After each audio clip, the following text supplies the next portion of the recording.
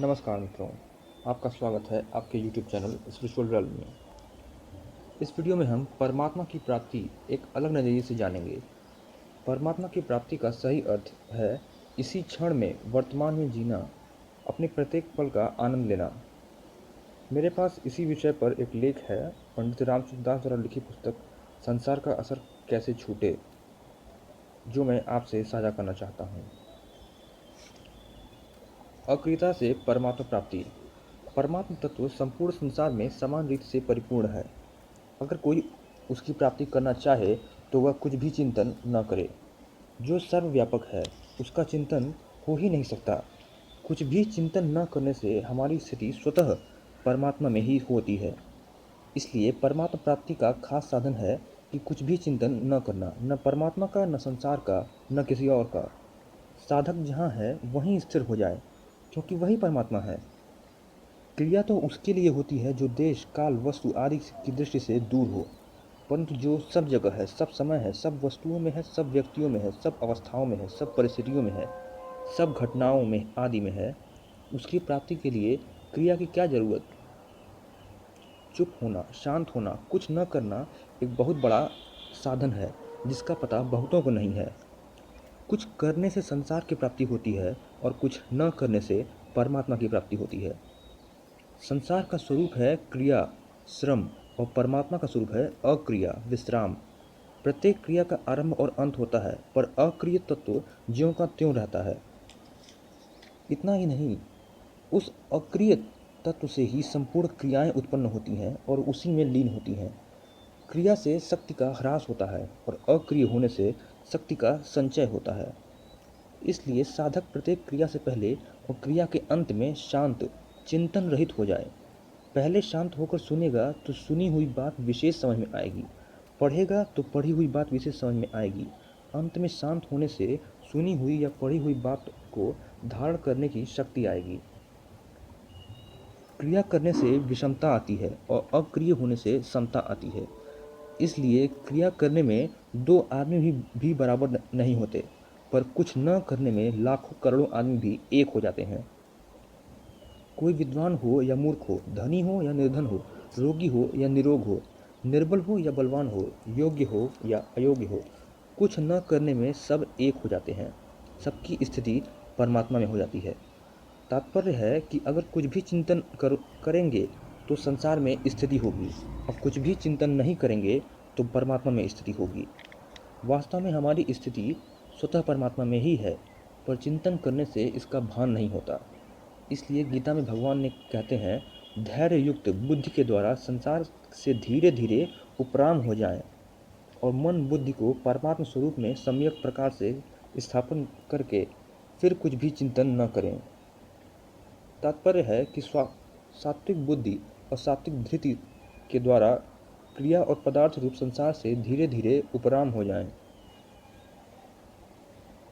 जल्दबाजी न करें, क्योंकि जल्दबाजी करने से साधन बढ़िया नहीं होता। एक सच्चिदानंद घन परमात्मा के सिवाय कुछ भी नहीं है, ऐसा निश्चय करके फिर कुछ भी चिंतन न करें। परमात्मा स्वतः स्वाभाविक सद्घन, चिद्घन और आनंद घन है।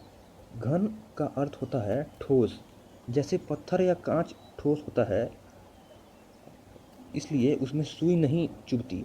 परंतु परमात्मा पत्थर या कांच से भी ज़्यादा ठोस है। कारण कि पत्थर या कांच में तो अग्नि प्रविष्ट हो जाती है, पर परमात्मा में कोई भी वस्तु प्रविष्ट नहीं हो सकती। ऐसे सर्वथा ठोस परमात्मा का साधक चिंतन करता है तो उल्टे उनसे दूर होता है।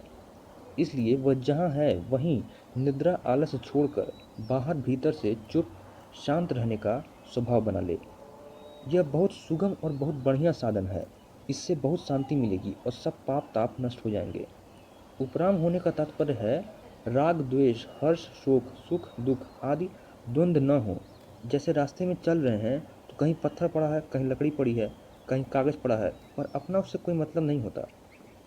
ऐसे ही किसी भी क्रिया और पदार्थ से अपना कोई मतलब नहीं रहे, उनसे तटस्थ रहें। तटस्थ रहना भी एक विद्या है।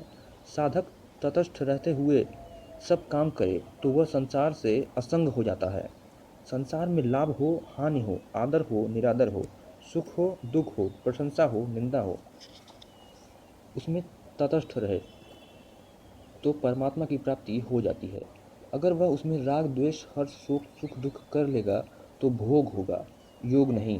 भोगी का कल्याण नहीं होता। इसलिए तुलसीदास जी महाराज ने कहा है, तुलसी ममता राम सो समता सब संसार, राग न रोष न दोष सुख दास भय भव पार। गीता में आया है, जो योग समता में आरूढ़ होना चाहता है, ऐसे मननशील योगी के लिए कर्तव्य कर्म करना कारण कहा गया है। और उसी योगारूढ़ मनुष्य का सम शांति परमात्मा प्राप्ति में कारण कहा गया है। सम शांति का अर्थ है कुछ न करना। जब तक करने के साथ संबंध है तब तक प्रकृति के साथ संबंध है, और जब तक प्रकृति के साथ संबंध है तब तक अशांति है, दुख है, जन्म मरण है। प्रकृति के साथ संबंध न करने से मिटेगा। कारण कि क्रिया और पदार्थ दोनों प्रकृति के हैं। चेतन तत्व में न क्रिया है न पदार्थ। क्रिया अनित्य है, अक्रियपना नित्य है। क्रिया का आरंभ और अंत होता है, पर अक्रियपना का नित्य निरंतर ज्यों का त्यों रहता है। इसलिए परमात्मा प्राप्ति के लिए श्रम अर्थात कुछ न करना ही कारण है। हाँ, अगर इस शांति का उपभोग किया जाएगा तो परमात्मा की प्राप्ति नहीं होगी। मैं शांत हूँ, इस प्रकार शांति में अहंकार लगाने से और बड़ी शांति है, इस प्रकार शांति में राजी होने से शांति का उपभोग हो जाता है। इसलिए शांति में व्यक्तित्व न मिलाएं, प्रत्युत ऐसे समझें कि शांति स्वतः है। शांति का उपभोग करने से शांति नहीं रहेगी, प्रत्युत चंचलता आ जाएगी अथवा नींद आ जाएगी। उपभोग नहीं करने से शांति स्वतः रहेगी। बिना क्रिया और बिना अभिमान के जो स्वतः शांति है वह योग है। कारण कि उस शांति का कोई कर्ता या भोक्ता नहीं है। जहाँ कर्ता या भोक्ता होता है वहाँ भोग होता है। भोग होने पर संसार में स्थिति होती है। संपूर्ण क्रियाएं और पदार्थ संसार के और संसार के लिए ही हैं।